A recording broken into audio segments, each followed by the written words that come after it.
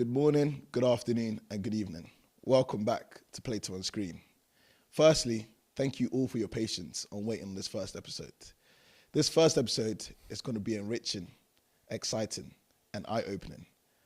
This is a man that started something from nothing to something great. I'd like you to all welcome Chadrack. Thank you. Thank you. Welcome, Chadrack. Welcome, brother. Welcome. Yeah, Firstly, how are you? How's life? life is good, man. I can't complain. How are you? Yeah, I'm all right, man. I'm blessed. Busy.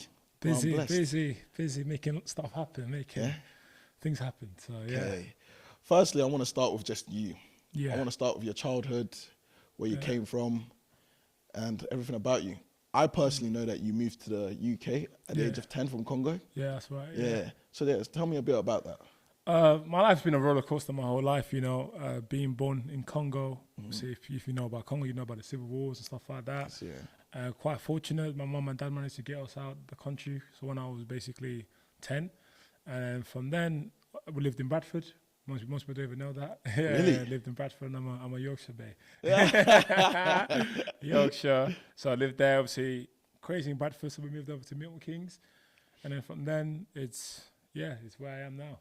That's brilliant. Yeah. Yeah. You speak 3 languages. Is that correct? So English. I used to speak 4, but I Lingala, Kikongo, French, and now English. Yeah. Is it? Yeah. Can you say something in Lingala for us? What does that mean? I say hello. How are you guys? That's clean. Yeah. A man of many talents. Bien? Yeah.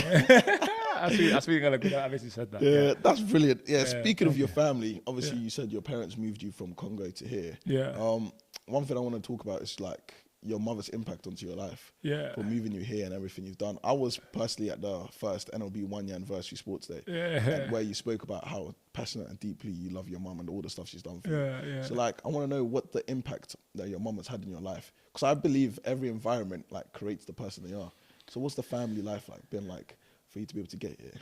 I think obviously my dad passing away when I was 12. It was a very pivotal moment for myself and my family. Okay. And my mum, it's great to say, but I think she's obviously not been the same since. But you don't really see that, if that makes sense, because she just gets on with life. And I think maybe you see in a documentary about who I've become with what happened is because of mainly when my dad passed away. We can all have to become the man or the woman of the house and stuff like that. So my mum chose to wear, I want to be the man of the house, and basically trying to get all these kids together, the 6 of us. So there's a lot of kids, not kids, but a lot of adults in the house. And then, so that she, with that, her struggles and hiding her pain and just getting on with it is the reason why I am who I am today. And I want to go far for her. But sometimes, I guess it's because being African, you can't really express a lot of things, as you may know. You know what I mean? So you can't really express. Keep the voices inside. You keep it inside, but like the reasoning for what you're doing, so that you can. I want to retire my mum. I want her to live a good life, enjoy her life, to give her her dream, what she wants. I know what she wants, so give her that. And so that's one of the reasons why every day I have to try to be great. I've got someone that. No, I won't say my mum put this pressure on me to be great. Do you know what I mean? I feel like a lot of pressure is self-inflicted by myself, but she's the reason for me wanting to be great. I totally understand that. I think mothers play a pivotal role in our lives. Yeah. I think every child's dream is to retire their mother. So that's really good that you say that. I think most mothers, obviously in your situation, I'm sorry about your father. Most mothers, especially like single mothers, play both roles as the mother and the father. Have to. Especially like in all aspects of life and like raising you and making sure that you lead the right path and giving you the morals that you need for your life. So that's really good that your mum was able to do that. Yeah, she, I was lucky enough not to get in trouble, not to be, because my biggest fear was my mum. Yeah, my biggest fear was like, I don't want her to be disappointed at me. I don't want her to be upset. I don't want her to cry over me and stuff like that. So, when it comes to like making decisions with obviously not having a male figure into the house, it's easy for you to want to be a road man. It's easier for you to want to make cash with certain things and stuff like that. But I didn't want to do that because I was like, I want to make my mom proud. I don't want to go through this loophole of going to prison and getting into this situation with gangs and things that's not really me.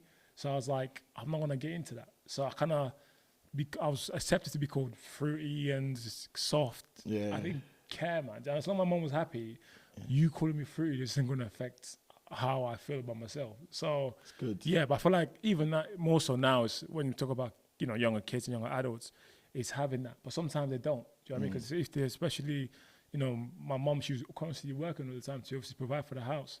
And obviously you don't have a male role model in the house. It's easier for kids to want to go on the wrong path sometimes. Do you know what I mean? So for me to be so disciplined in that one goal of wanting to make my mom proud, I think it kind of kept me going. And like I said earlier, I don't express it to her, but she's the reason why I try to be great. That's brilliant. I totally agree. I think we don't express how much we care about like family and loved ones because obviously how we're raised. Yeah, we're raised to be stronger. I think that's a big issue for us, our generation and our culture. But I'm hoping, obviously, when I do have kids, God willing, that I can give a different experience from what I've experienced in a sense. Because I feel like we're not expressive enough or well done.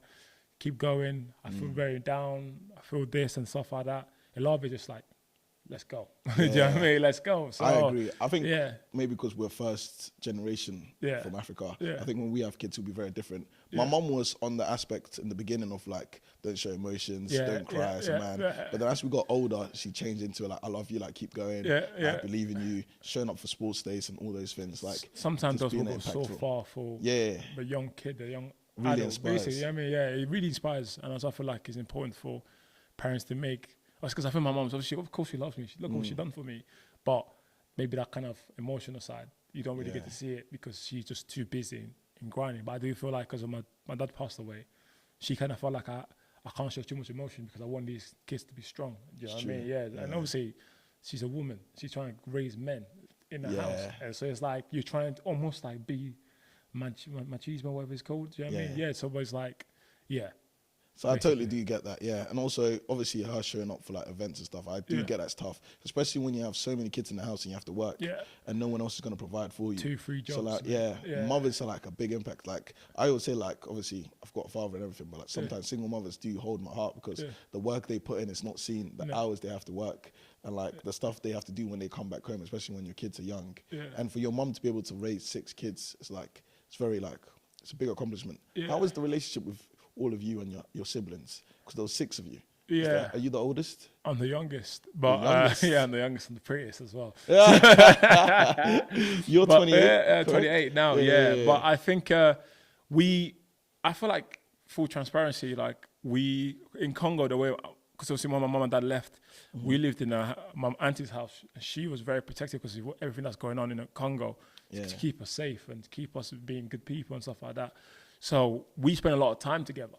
You know what I mean? Like locked into our house, chatting, games, singing, all this stuff. So I feel like when we came to the UK, we kind of like, especially after our dad died, kind of like separated. I wanted to be, if you see my brothers now, my sisters, you won't think we're brothers. Unless obviously you look at me, you look at you guys look alike. You know what I mean? But more or less you just be like, you're just different people. You know what I mean? You talk different, you wear different, you're different. I'm completely different to all my siblings. And so I would say relationship is good, but I feel like we're all different. All the different aspects. All different aspects, all want different things and all act different. Stages, When you, off camera, you were talking about you've moved a lot. Obviously, you moved to Milton Keynes and stuff. When you decided to move to, what was it, Birmingham and Derby, did you move with any family members or was that just I moved, Birmingham was with one of my friends, Josh. Derby was by myself. Obviously, I had my girlfriend there.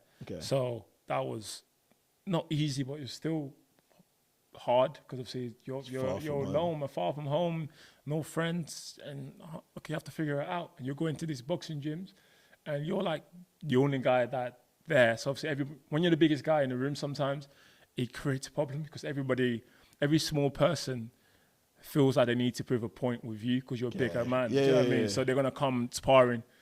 One of these like sparring to their Chadz. Guy's gonna be like, all right, they're coming you hard. And you're like, wow, okay, am I going to hit them harder? Or am I going to, like, we're not on the same level. Do you want to take a step back? And sometimes it's a lot harder, but obviously you don't want to show, in boxing, you don't show that kind of weakness. So you cannot be like, oh, I'm going to make you respect me if you don't. Because a lot of guys, they feel like they got a point to prove. Do you know what I mean? So, and that's what I kind of learned to navigate with certain people that you'll be with. Because again, there's just a lot of egos. You want to prove a point. They got the family or the missus coming down to watch them spar or something. And it's like, oh, let me show that I can beat this bigger man down. And that's what happened when I first joined the boxing gym. I used to spar. When I first ever started boxing, this guy, I know his name. I won't say his name. I won't say his name. PR train, PR yeah. train, man. You know what I mean? They can't catch me out. But first session, I never boxed before because I was big and he was a lot smaller than me. He literally light me up. First ever session, light me up. And that's what made me come back because I was like, I have to light him back. Yeah. I have to get my league back, man. So I kept training for it. But I understood. So when I moved to Birmingham and Derby, it was just obviously in Birmingham, me and my friend. Derby, just me. Do you know what I mean? So it's like figure life out in a sense. You learn about bills, you learn about paying this. You're like, oh damn, my mom's been doing this for herself. Yeah. This is crazy. But you appreciate the smaller things more. Yeah. Did you enjoy those experiences of moving to Birms and like Derby? Because obviously you learn more about yourself and you change. Yeah. Did you enjoy those? I learned a lot about myself, people. I learned a lot about like how do people just change, how you change. You know what I mean? Because you're still young and you're still different environment, different change and stuff like that. And I learned how much I actually liked living in Milton Keynes compared to Birmingham and Derby. No disrespect. You know what I mean? No disrespect, man. Don't come after me. But just the lifestyle is different. You know what I mean? Birmingham, I feel like it's the ghetto. Do you know what I mean? Like, but if you're born there, that's all you know. Yeah. But when you live in a place like Milton Keynes, you're like, this is not the norm. Like the things I was seeing, I was just like, obviously, I know certain areas that you can probably see it more, but you don't really see it like that. Yeah. So it makes you appreciate Milton Keynes more. And then when you go Derby, you see certain areas, you see like, I used to always ban at this with my missus, but it was like, you know, to get plantain, it's easy in Milton Keynes. There's corner shops everywhere. Yeah. In Derby, you can only get plantain from Normington, like a one area where they sell. Really? It's like that's the only place to sell plantain. I'm like, that's crazy. Plug, you know what I mean? From now, just like, well, I'm so disconnected. You know what I mean? So far away. So disconnected straight away. But that's one of the reasons what drove me to come back and appreciate this place and build here. Do you know what I mean? Yeah. But it doesn't mean I want to be here for the rest of my life. But it means that I just want to build here and then enjoy it more. Do you know what I mean? I've said since I was young that Milton Keynes is obviously the best city ever. Yeah. Obviously, maybe top 3 now because London, the Manchester, the Milton Keynes. But people have always disagreed that Milton Keynes ain't that good. But everywhere I've gone, like when I've gone to uni, I've travelled. I always love coming back home. The greenery, the peace. The niceness, I always say to people like, in Milton Keynes, you can walk for an hour or two without seeing a single soul if you wanted to. Yeah. Do you know what I mean? Because there's areas in Milton Keynes where, you know, we're underpaths and stuff like that. You can kind of like navigate missing people. And sometimes that's where it can allow for more disconnection in Milton Keynes in terms of communities and stuff like that. Obviously, London, you can't do that. Anyway, do you know what I mean? You're going to see someone, you're going to bump into loads of people. You ain't got a choice, you know what I mean? But in Milton Keynes, the way it's laid out, you can do that. So, but I appreciated it more when I left. I was like, right, okay. I see why people move to Milton Keynes. For peace, for family, for, you know, quiet. Still be like close to a lot of things. Birmingham not too far, Manchester not too far, London not too far. Or London's like 30 minutes on the train. Do you know what I mean? So it's kind of perfect, you know, for me anyway. Yeah. Yeah, I totally agree. I think we're in the middle of everything. Yeah. I really love MK. I've always said that I want to raise a family here because of the peace and quiet, but obviously you don't know what life entails. Yeah, of course. But I really do love the peace and quiet, like the schools and everything, and the houses and stuff. But yeah, I'm just a big fan of Milton Keynes in general. Listen, I love the city. If Milton Keynes watching this, you know what I mean? Put us in the MKFM. Give us the keys. Give us the keys to the city, man. Give us the keys to the city. I'm plugging it right now. Yeah. So speaking on like boxing and the sports, many people might not know this. Yeah. You started off with rugby. Yes. Many people don't actually know this. 2018, 2019. I remember that. Then you went to boxing and running, then hiking. Yeah. Yeah. So what's the beginning process? Why rugby? I think rugby was a way for me to I think I'll probably understand it more express because it's very violent and physical. Very. So, you know what I mean? So I feel like it was a way for me to express. I enjoyed hitting people with my shoulders hard, tackling people hard. You know what I mean? It was enjoyable. And it was a way for me to also learn English. Because obviously, like, when I came to Milton Keynes, I couldn't speak English like that. Really? Yeah, I'm a freshie, man. That's impressive. You speak very well now. Oh, thank you. You know what I mean? So from that, I was like, let me hang with the rugby crew and learn. I learned a lot, socializing with people from rugby. Learned a lot about life. Met a lot of people that are successful in rugby because rugby is like a rich people sport in a sense. Mm. Yeah, private school kids and stuff like that. Yeah, I mean, you know, like if we play rugby in school, you know, there's a lot of private school kids, but teaches you a lot about like life. Obviously, they go too far sometimes with drinking and stuff like that. Because I wasn't a big drinker until I started playing rugby. No. I was like, yo, like I'm drinking 10 pints. Rugby boys are different. They make you do some crazy stuff. You know what I mean? Honestly, but it was all fun to them, and then so a lot of these people are actually like really successful people, but they have this day of the week, which is rugby social, and they go crazy. And you'll be like, you're a director of this company, you're doing this, crazy. Yeah. But then it's like people just learn or know how to navigate certain things a lot better. So, yeah. Yeah, I totally do get that. Yeah, I think rugby is a great sport. Obviously, it builds team and stuff like that. When I was younger, my mum made us play football because it builds team. And also there was like manly figures around. Yeah. So that she said it'll do well for you and you'll be able to build and work with people. But I just wanted to pivot off of that. So you went from playing rugby with a team game, then you went to boxing and running. Obviously, you have a team around you when you box and you run. But those are individual sports. Yeah. Why did you pivot to boxing? Is it because you were big, or did you have a deeper insight? Did you watch a video and thought, oh, I could do that? I mean, I've been watching Floyd and AJ for the longest. Do you know what I mean? I love Money May. I love AJ. Do you know what I mean? This man. And wanted to be like them, you know, wanting to have that success and people to be around you, the money and the freedom. And but I never thought about boxing like that until I don't know what year it was, I can't remember, but I was going through a rough patch. So I was meant to go to America to play rugby. I had an injury, and then I took a gap year.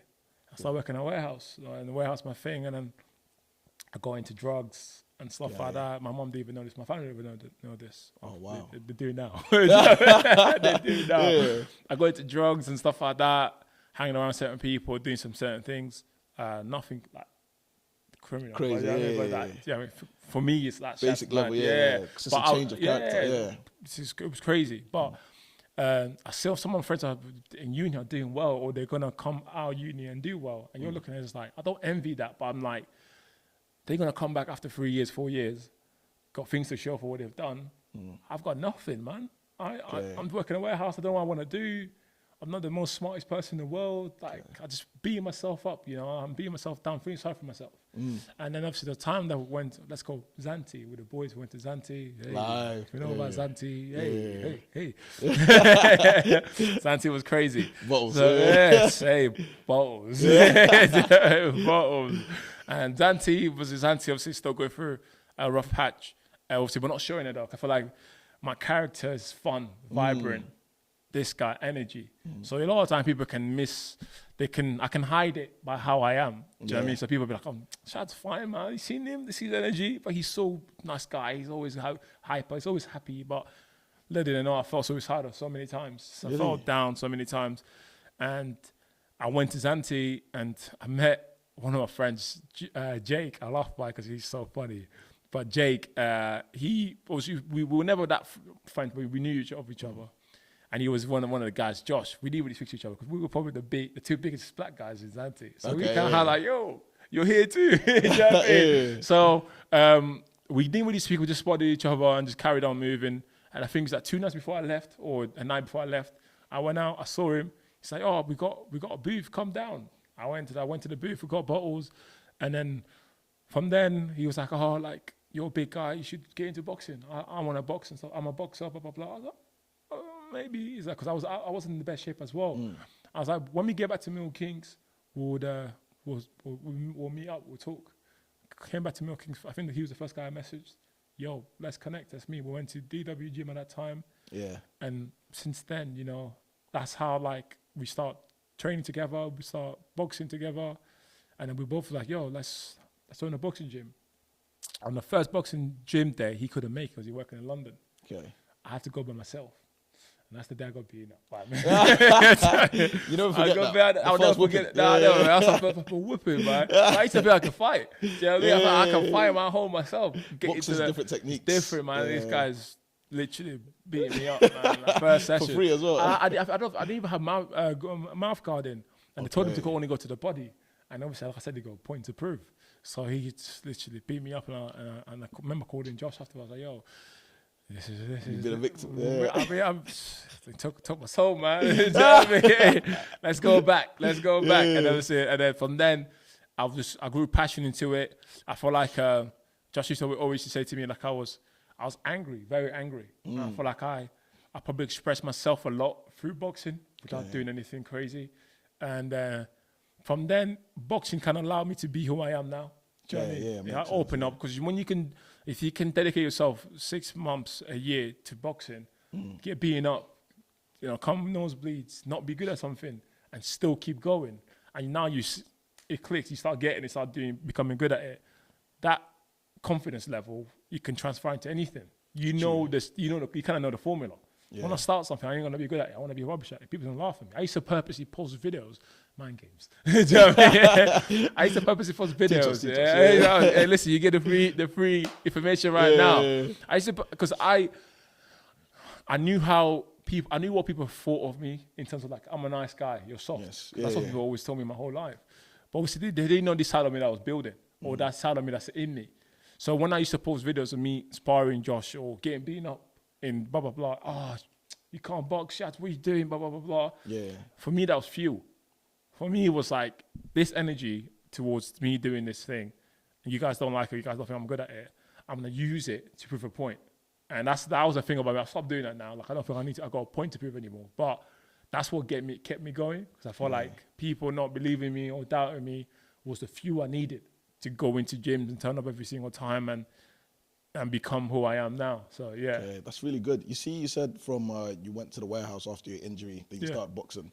Did you realize the day when the mentality switched in your head for you to be able to focus on yourself, to be able to be expressive, to not feel suicidal, like mentally and feel well? You felt, the day? Do you remember the time? I think when I think it must be close to after lockdown, actually, because I was meant to fight just before the lockdown. Okay. And I wasn't ready.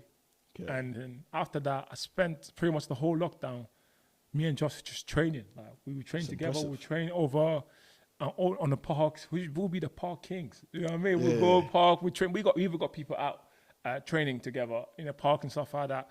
And I remember when I got in a ring, and I'd done a crazy fight, and it's a crazy fight. And I walked off, and I was like, you know what? I can do this. I can do anything I want to do. And obviously, you get that kind of local fame, because you're a boxer. It sounds cool. People know you. People know you. Oh, you're the fighter, and you get that buzz. You're like, I knew this will come, but it's how I deal with myself moving forward. Do you know what I mean? How I don't let this get to me, and that's how, like, where I am now. I can almost envision certain things happening, and when it happens, people say, "Oh, Chadz." Or people that know me, they know I'm really humble. People that don't know me, they can say Chadz is a bit cocky, Chadz is a little bit of that. But a lot of the time it's for show. A lot of the time it's just me bantering and stuff like that. But people that know me, it's like, he really doesn't care about this. We're away from cameras, away from people. He's just a chilled guy, really. You know what I mean? So, but I like that, because I feel like I never wanted boxing to make me feel so big, where I feel invisible, where I feel like I can do anything, I can get in any trouble, because I can fight now. Do you know what I mean? So I can show I'm the bigger man when I go places. I didn't like that. I thought, let me just be chill. That's why, like, a lot of time when I go clubbing, I know already I intimidate a lot of people without them knowing me, just because of my size. Yeah. And obviously, and that alone. So me knowing how to fight, I don't want to intimidate people. So I want to go in, dress in the flowery top. You know what I mean? I love it. I used to wear my flowery top. You know what I mean? Congolese fashion. Go to clubbing, you're dancing and stuff like that. People won't look at you as a threat. They'll look at you this guy just having a good time. You know what I mean? And that's how I kind of wanted to come across, because I didn't want to intimidate people for how they may perceive me without talking to me. Because they don't know me. So the first thing they'd be like, oh, he's tall, he's black, he's bold. You know what I mean? No, I'm scared of it, man. Yeah. But really, truly, you don't want people to feel that way towards you. So I totally get that. Yeah, that's actually really good. Yeah, obviously, because you're a good soul and you're a good character. Yeah. But obviously, I don't think it's arrogance in boxing, because it's more self-belief. Yeah. Because obviously, you do need it. You need it. Yeah. But yeah, also on the dressing thing, I do get that. Congolese fashion is different, man. We got the drip. Love colours, man. We got the drip. I don't know about the drip, but you love the colours. I've seen you wear a suit one time, and I was questioning it. Well, mate. Yeah, but then I remembered your Congolese side. Mate, the thing is, what's crazy is that the stuff I wear would make people, like, not everyone can pull it off. You're saying you know what I mean? You know what I mean, mate? I got the blueprint, man. I got the blueprint, man. You gotta be me to wear it. Yeah, that's brilliant. Yeah. Obviously, with boxing, you've got to run. So you have to keep your stamina up. Yeah. So many people might not know this. I know from a time after you played rugby, time you gained weight. like incredibly Big gained boy, weight. Yeah. So maybe people might not know this because they see you like this now. Yeah. And then you went into boxing, went into running, and you got in complete like different shape Yeah. and really cut. So like, did you enjoy the running bit? I don't think I enjoyed running, if I'm being honest. But I felt like, you know, we used to do this all the time. 5 a.m., 4 a.m. runs, running 12 a.m. All these runs that are comfortable timings, that where you're actually by yourself or you're with somebody. And there's a time where you don't see anybody. And I used to love that because when you run at those kind of times, you're in your own thoughts. You're having that time for yourself. And it's hard. You don't have to worry. You don't have to do it. I can just do it in the gym. I can do it at 10 o'clock. I can do it at 12 o'clock. You know what I mean? I can just do it whenever. But I'm choosing to do it at 4 a.m. just to get that mental edge. I think once I knew that me running or me getting outside of my house, 4 a.m., 5 a.m., 6 a.m. to run, when I could see nobody, when it's dark, when it's raining, that's when they created that mental edge in me. Like to feel like, yo, like I can do this. People don't want it. They don't want it. They don't want it as much as I want it. They're not willing to do what I'm willing to do to get to that level. And that's what like I feel like it separated me apart. And that's what helped me become who I am, have that time for yourself. The confidence came from the work I was putting in. Do you know what I mean? So when boxing is all about mentality. If you didn't train hard or you didn't do anything crazy, you would not feel confident to get in the ring. If you do get in the ring, and when times get hard, you know that you don't have the ability to get there because of how you trained and stuff like that. And then from then, it's gonna be who's got a little bit more. And if a person trained harder than you, they got more than you. So that's how you build your confidence. People say, "Oh, why boxers have confidence and stuff like that?" Because they train really hard. If you're in your head, you're like, that person's training harder than me, so I need to go harder. So you're almost like mentally, without being near each other, competing against each other without even getting in the ring. Because it's like, yo, who works the hardest? Because a lot of time becomes like, even when sometimes you can come across a fighter that's very skillful, but if it's not a hard worker, you can punch that out of him. You know what I mean? You can punch that out of him. So I think people don't know that, what's it called? I don't know how long boxing is, but like if you spend an hour in the ring for a boxing match, the work you put in behind the scenes really affects your performance on that day. Yeah. Like everything you've done before, running, sleep, like the mind focus, the mentality shift has to be like completely like on point, which is so true. Because I played for a football team called like MK Irish. I don't know if you've heard of them. I heard of them, local team. Yeah. Before them, I used to play football. I used to eat okay, but when I joined this team, the way they taught me about eating right and the workouts you have to do outside of football and training, I had to really upgrade my level because when we got onto the pitch, people were outworking me because they were training outside of the time and I was feeling lazy. So like it really pushes you on and your mentality changes. And then I really saw an effect when I was playing on the Saturdays or the Tuesdays because you have to work harder outside those hours where people aren't there to be able to progress when people are there. 2 hours or an hour and a half in boxing gym 3 times a week it's not enough. No way enough. So if that's your boxing gym schedule, you got 7 days in a week. You gotta double up, 1 in the morning, 1 at night. You gotta sometimes do 3 days, 3 times a day. Do you know what I mean? So like, these are the things that I was doing. So yeah. And that's different. People don't notice that. People just think the success comes easy. Because with boxing mentality, that's what allowed me to become and build NLB where it is now. Because of that time alone, that time working towards it, that time sacrificing so much. Like people, also because I teach boxing now, people they appreciate more what we do. Because I watch boxing on TV, I didn't think it's that hard. And now I'm holding pads for you. 1, 2, slip. Right. I was like, wow, this is crazy. I'm tired. Blah blah blah. I was like, imagine now someone coming like punching you whilst you're tired. Do you know what I mean? It's different. Mentality has to be strong. And a lot of times I can mentally make someone fatigue by just fainting, by moving my hands, by just constantly being twitchy, and they will be like, and from that mentally they'll just be fatigued. I remember I was sparring a guy, Harry, when I was in Derby. He made me tired by just moving around and just shaking his head, and I'm just like, why am I so tired? Because he mentally frustrated you, mentally fatigued you. So it's a lot that goes into it. A lot goes into it. It's a mentality thing in boxing. I do agree. I feel like obviously sports are different. When you're playing football, sometimes you can take a break because there'll be other people there. When it's boxing, it's one-on-one. 1 minute break. Yeah. 1 minute break. It's not enough. It's not when you're boxing and you're getting hit and stuff and everybody's looking at you, you've got to really have a mentality that I can really like push this through. And then another mentality is that no one's coming to save you. Okay. You're in the ring, it's really the ref that can save you. The coach can throw the towel in and stuff like that. But In the ring, it's just you and the guy in front of you. And the referee the referee doesn't want to get involved. Kind of like, you guys fight.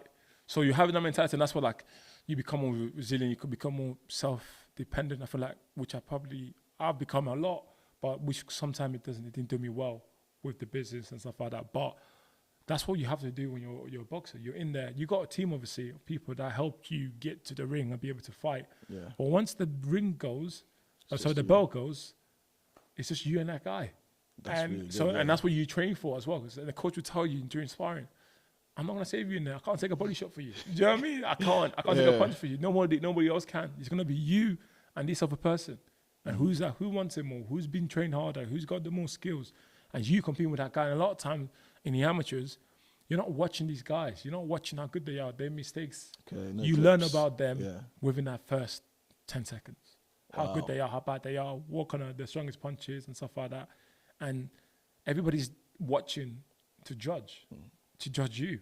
And that's how, like, in life, it's taught me a lot, because I have to be confident with myself to get in the ring, one.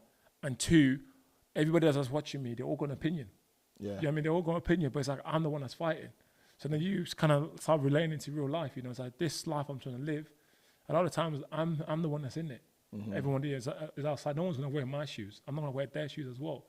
But how do I put my best foot forward in this? So boxing, although it's fighting, it's violent, but when you actually look at, as a fighter, look at what fighters do, get that mentality, you can do anything in life. Yeah, and you can take it to your own personal stuff as well. Yeah, I really like that line, no one's coming to save you. No. So I think that rings true to most things in life, that we think somebody will save us, so we give up or we don't try as hard because we have something to fall back on. But having a mentality in the ring, I think, is really good. When I play sports or do anything that I need to do, I always look at it as like, if I'm playing football, I'm like, I'm only doing this for today, or like an hour or two.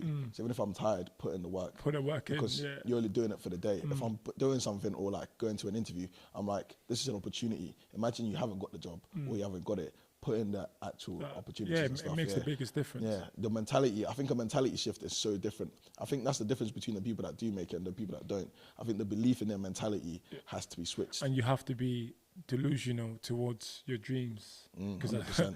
Because who to tell you, how arrogant you must be to think you're gonna go into the ring and beat everybody up that you come across. Yeah, you have to be arrogant. You have to be delusional, because what makes you think that? I just seen this guy knock this other person out, and I'm looking at him like, you know what? I've got his number.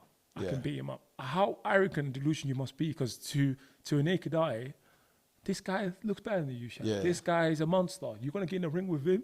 You're gonna get killed. I am, and that's a fighter's mentality. You know, we are delusional. You have to be, because if you're not, then you're in the wrong sport, you're in the wrong game, you're in the wrong life. That's why I've always used it to everything I do now with fighting, because for me to go to Birmingham thinking I want to make it in boxing, how delusional I must be. How many people are fighting? How many people are boxers in life, in the world?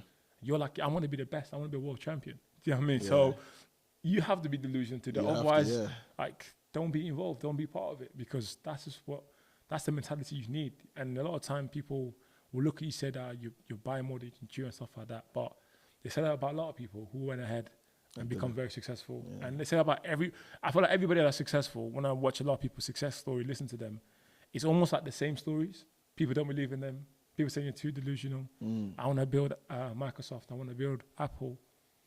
Hey, going too deep. You can't do it. Someone's already done it. And before you know it, they go, hey, we make this brand. It's like, yo, this thing doesn't happen overnight. Do you know what I mean? There had to be someone who has to believe in it before it happens. So, yeah. That's really good. Yeah, I've heard that to make it, you have to be completely delusional. You have to believe in yourself.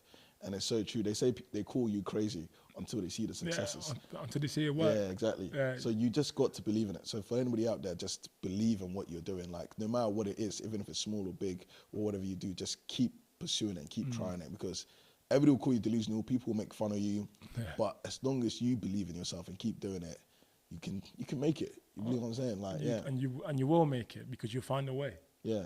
You find a way. And I feel like if people just feel that way, take that energy, challenge it towards that, it's gonna make their dreams come true for themselves. Yeah. Do you know what I mean? Not for anybody else, for you. So true. Yeah. Speaking of all that stuff, you built something we call NLB. Anywhere I go in Milton Keynes, and I'm like, oh, you go to NLB. Do you know the NLB guy? Yeah, Chadz. Everybody knows you. Nobody left behind. It started off with 7 members, and it's grown to over 800 members. Yeah. So tell me the story. Many people have heard it, but tell the people the story of how you started it, because it's very inspirational. Thank you. What you did, yeah. I just think Prince Charles, King Charles, should just give it a Nike hood. Oh, yeah. You know what I mean? MBE, Chadrack, you know what I mean? Soon come, man. Soon come. No, I'm joking. Now, do you know, again, talking about life experiences with boxing and stuff like that, Derby. I think when I was at Derby, like, it was tough, man. Mentally, financially. Okay. Nobody's coming to save you. You're in this place, you're like, you know, the place I was at literally felt like a prison for me. Okay. And it wasn't a prison, obviously not, but mentally, it felt like it mentally, you know what I mean? And then my girlfriend was very supportive of everything I do, everything I want to do. She was there to help me and stuff like that, but I felt alone because she has her own life as well. Do you know what I mean? So you're like, I'm in this city, man. I'm trying to make it in life. I got this big aspiration with boxing. But I'm alone. I feel lonely. I feel like some days mentally I'm not in a good place. I felt suicidal for a lot of things. You know, as a man, you know, not having financial stability. Big, especially being an African man. Do you know what I mean? Because you got people relying on you, sending money here and stuff like that. And they think you've made it here.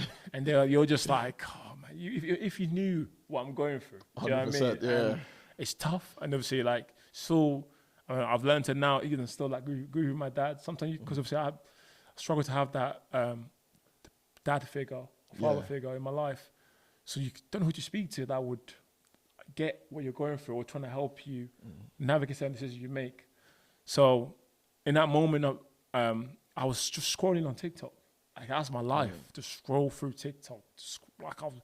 I worked from home, so I worked in a prison. So I'm basically in there, and go box or train, come back, do the exact same thing. So I'm bored. I'm not really speaking to my friends. I'm more like distant. And I come to MK once a week. So I'm thinking, you know, when I come down to MK once a month, I'm going to meet my friends. But when I meet my friends, sometimes I just got quite a few friends that I have to see that I'm always driving. Like, sometimes I'm not even standing still. I'm just moving.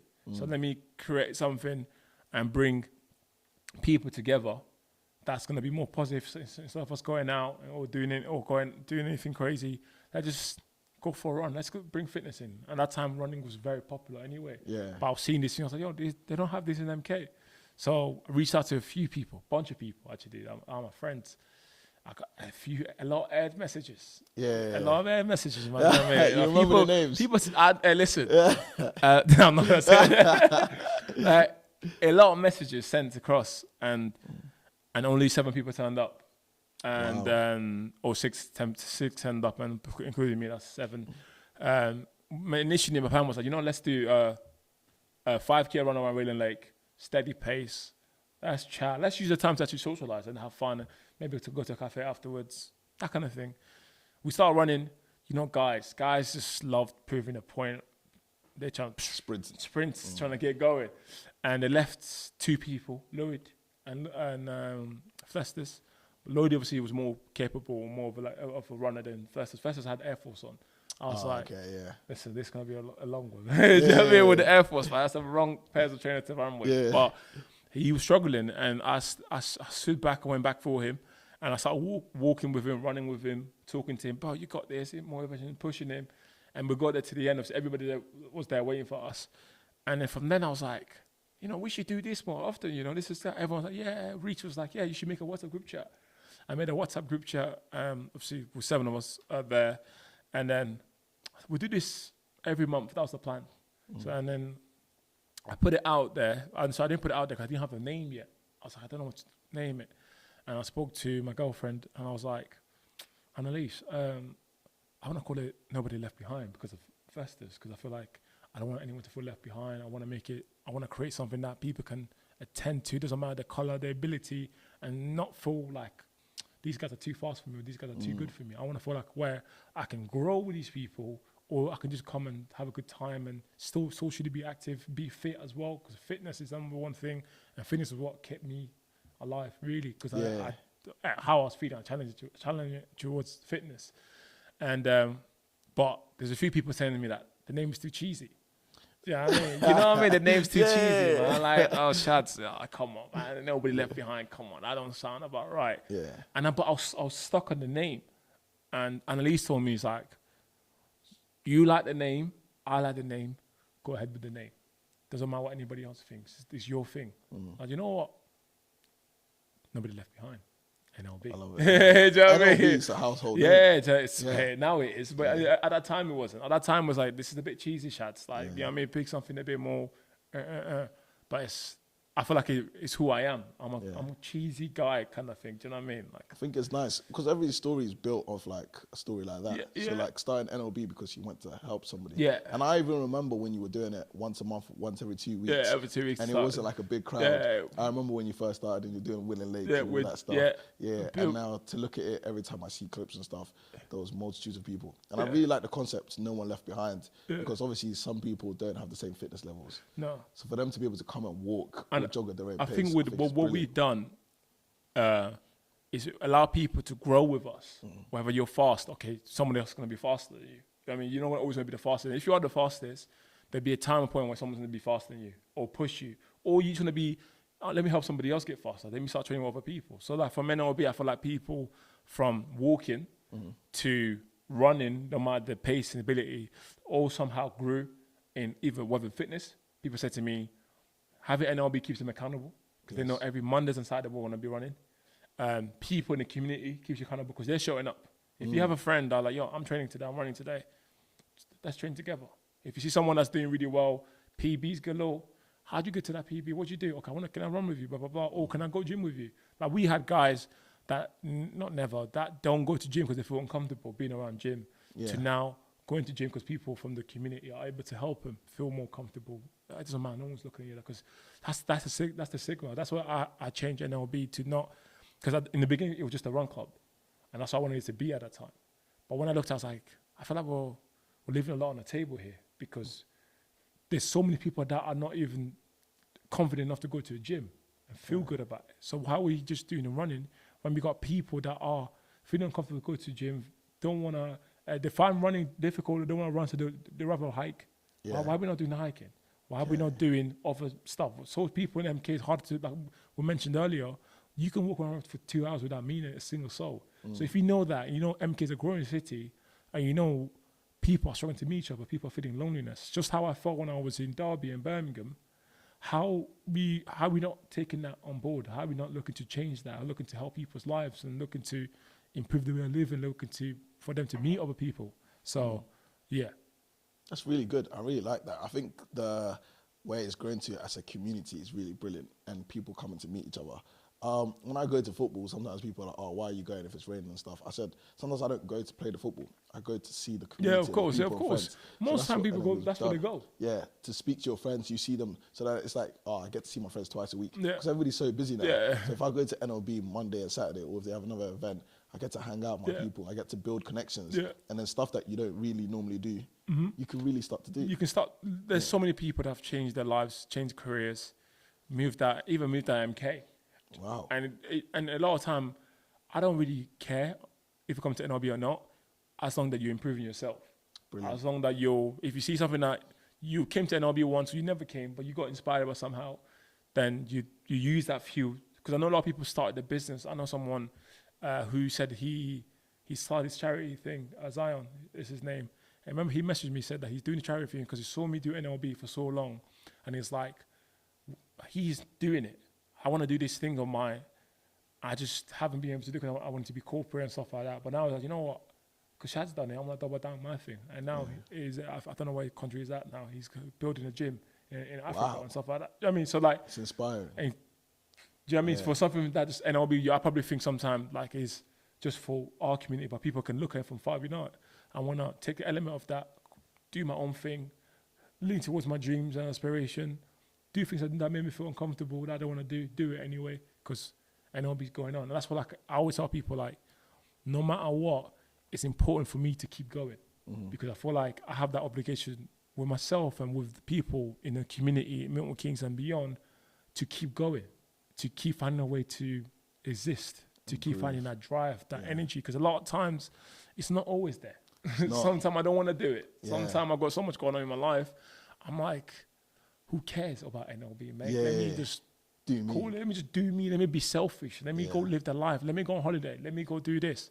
But what I'm like now, I love it. I love inspiring people. I love this job, even though it doesn't pay me like that. This job, I love to do it. I used to say to my friends that out for boxing, I'll stop working a corporate job if I was getting 20K a year to box, because it covers my bills, in my life. I'll just box. NLB is the same thing. Do you know what I mean? If people pay me 20K, 10K, I'm getting paid nothing now. But if I was getting paid that kind of money to do what I do, to help people, to change people's lives, I'll take it in a heartbeat because I enjoy it. To me, a lot of time, it makes me happy. And it's so easy sometimes because it's who I am. I don't have to be so corporate. I don't have to wear a suit. Hello, mate. How you doing? Do you know what I mean? Just be yourself. I just literally, every room I walk into, obviously you have to adjust yourself sometimes. You know what I mean? But I'm more or less the same because that's, I'm the product in a sense where like people come to NLB or people, companies want to work with because of how I am, because of my energy, vibrant energy. They see that, like, this is amazing. Chadz, come as you are. Hey, well, how you doing? Blah, blah, blah. So for me, it's very easy. I don't have to change myself. So that's what I love it, really, yeah. It is brilliant, yeah. You've been doing NLB for 3 years now? 2 years in May. 3 years, yeah. Okay, 2 years in May. Yeah, so I was at the... Steady on. I'm pushing it on extra, God willing. Obviously, I said before I was at the 1 year anniversary, which was brilliant. And then, because you did it in Derby and then Bedford and stuff, you really brought people from outside MK there. Because when I went to the 1 year anniversary, there was people from Northampton and everything there. Everywhere. So like, you've got a bigger outreach than Milton Keynes. Yeah. Is that something you want to progress more? Because Bedford is far, Birmingham, Derby, like Northampton. People travelled in for that event, that Saturday event. So is that something like you're trying to? Because I see you on different radio shows, like in different cities. So yeah. You know what we say? NLB to the world, man. Okay. Do you know what I mean? It's not just a saying, man. Do you know what I mean? Like, well, that's the mission for me. Because I remember one of my friends messaged me, said, I see the NLB videos from Canada. Because the person lives in Canada. Okay. That's all right. Business calls, you know what I mean? NLB, we're always on the go. That's all right. Yeah, they're calling. I hear it. I hear them be calling. Yeah. That's all right. Yeah, we'll keep that in. Keep that in. But what do you call it? So she always messaged me and said, "Oh, like it's crazy. I see the NLB community grow. I see different ages, different abilities turn up, and so many stories. I wish there was something like that here." Okay. So when you hear something like, you're like, damn, like, we can really inspire people beyond just Milton Keynes. Do you know what I mean? True, yeah. We can, there's other places that don't have a community like NLB in their cities. If we can create something like Nobody Left Behind and make people feel what we make people feel in MK, the lives that we've changed, we can do that to other cities. We can inspire more people than, let's be small, put ourselves in a small box of Milton Keynes. Because Milton Keynes is a small pond. The pond's big, man. The pond's big. Yeah. So it's like you have to, I also know before I get there, I've got a long way to go, but that's the vision. That's how I'll say NLB to the world till the end. That's because brilliant. I'm trying to get to the world. Yeah, I think you can definitely do it. Those clothing brands that I know that started fitness stuff and started doing run clubs to promote their businesses because they realize that people like the community and people like the fitness. Yeah, the community's where it's at. The community's where it's at. And everybody started to do it. Rappers have started to do it as well because it builds a community. So like when you're saying that, those people like around the world that really want that, I think NLB can do that. Yeah. If you don't limit yourself to like one small space, obviously if you share it with people, people be like, why would you think you'd be able to go that far? But I think your mindset, you can go anywhere. A lot of times I have to be careful with my wording with certain people because I just know how they think. Okay. Do you know what I mean? Yeah, so mindsets. Like, I mean, so when they think a certain way, they're gonna portray their insecurities onto me. I want to dream big, and they're like, you know what, Chadz, you can't do it. But how do you know I can't do it?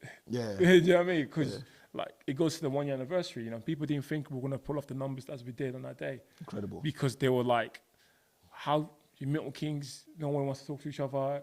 If you live in Milton Keynes, you know how it is. Do you know what I mean? But we managed to do it because I set such a high target, and it's like, and I've done a lot to try to get to that number of 1,000. And it's like, if we had 10, 20, 15, 30 people all thought the same, we could have got that number and some. Because we know the requirement to get 1,000 people. It's not, MK, NLB, we're not big timers. So we can't just post and we're Kanye West numbers or whoever, and we get the numbers. People just show up, the tickets sold out in 2 minutes or 2 seconds. You know what I mean? We're not that. We have to work. We have to work. We have to work. Like McDonald's work. I tell people say, oh, Chadz, you always post it on your stories. You always messaging. You always put it on your Snap. I'm like, McDonald's are still paying for ads. Yeah. They're the biggest. Why are they paying for ads at my Big Macs and stuff like that? I saw Clean 409 talk about that. Yeah. Do you know what I mean? I saw that. All these things, people that are beyond NLB, beyond you, they post content, stories, tickets. Like I talk about boxing. If you watch boxing, fight week is when they put the most content out about the fight about to happen. Tickets don't need to be sold. So they post a lot in 1 day, 2 days, that week to sell the tickets. And it's like, why do you think you're above that? Why do you think you're too sexy for that? Yeah. When you're not nowhere at Matchroom, you're not nowhere Apple, you're not McDonald's, but these lot are doing that, and they are trillionaires, billion company, whatever you call it. Do you know what I mean? And they don't have that ego, and you have an ego to say, oh, you know what? I'm not gonna post every day because I'll be annoying.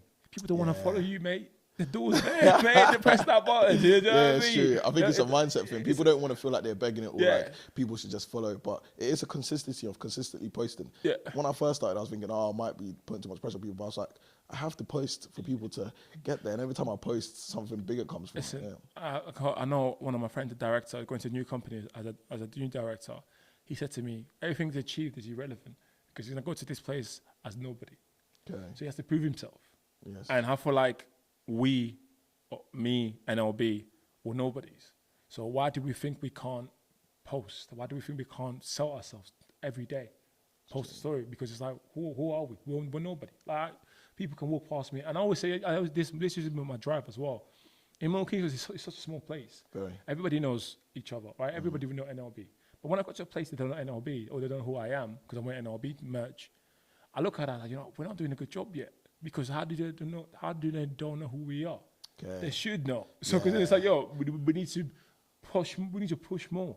So and that is that mentality of people not just taking the egos out of it and really trying to pursue their dreams and not being afraid to fail or look like they're begging it. I don't care if I'm begging it. If I sold 60 tickets that was sold out capacity and got the money to do the NLB event. I mean, it may look like you're begging it, but you just sold out. Just achieve something. You achieve something. You're begging it. You got 500 people to come onto the thing. Yeah. You're begging it. You got over 50 people showing up every single week at the Run Club. You're begging it. If that's what you call begging, I'll beg all day, man. I'll beg all day, man. I'll beg all day. You change so many people's life. You're begging it. Right? Yeah. These people, life has transpired because of NLB, not necessarily because of Chadrack, because of NLB.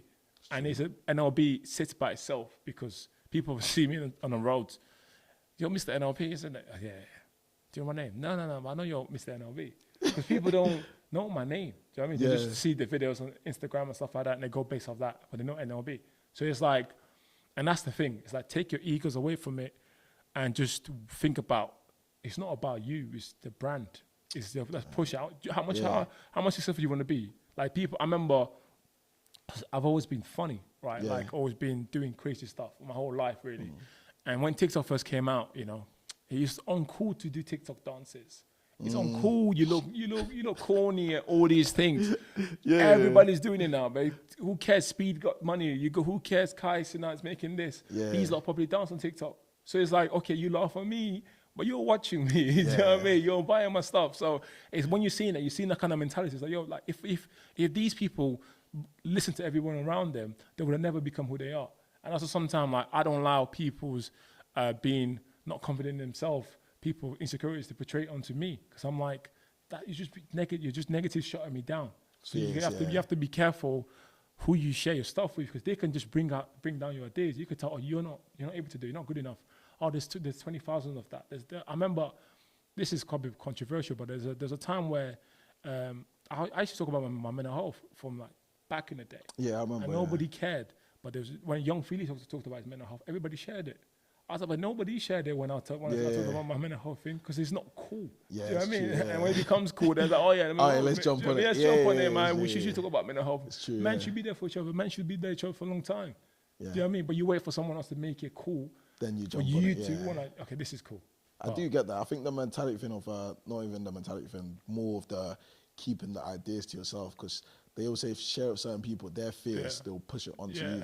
So sometimes, achieving it on doing it yourself is really like a good thing. Of course. Yeah, which really if I told people with NLB that it's going to be what it's going to be today, they will never believe it. I think they would have laughed. 7 members. Yeah, they'll be like, oh, Chad, you're trying to do that run club thing. You and your no one's going to join. No one's going. I remember, man, I used to, I messaged everybody. On all my followers, I messaged all of them at least once to say, come, pull up, blah, blah, blah. No, you really did. Yeah, but I really... Even to the 1 year anniversary, you messaged everybody. I remember. Everybody. Yeah. Because I was like, it's not about me. It's about, this is bigger than me. Yeah. So I don't care if you air it, if you just double like it. I'm trying to get to this goal one way or the other. Yeah, you worked hard for that. But a lot of times it's not going to be your people, your friends, because everybody's into different things. And it'll be the numbers, the crazy stuff. The majority were my friend, or they know me. They feel inspired by what we do. They come to NLB. It's not my friends. My friends, some of them are not into running, not into fitness like that. Some of them obviously are into fitness, but they're into it, doing it by themselves. And it's okay. So sometimes when you don't get the support from your friends, it no longer hinders me. Because I'm like, you're not my customers.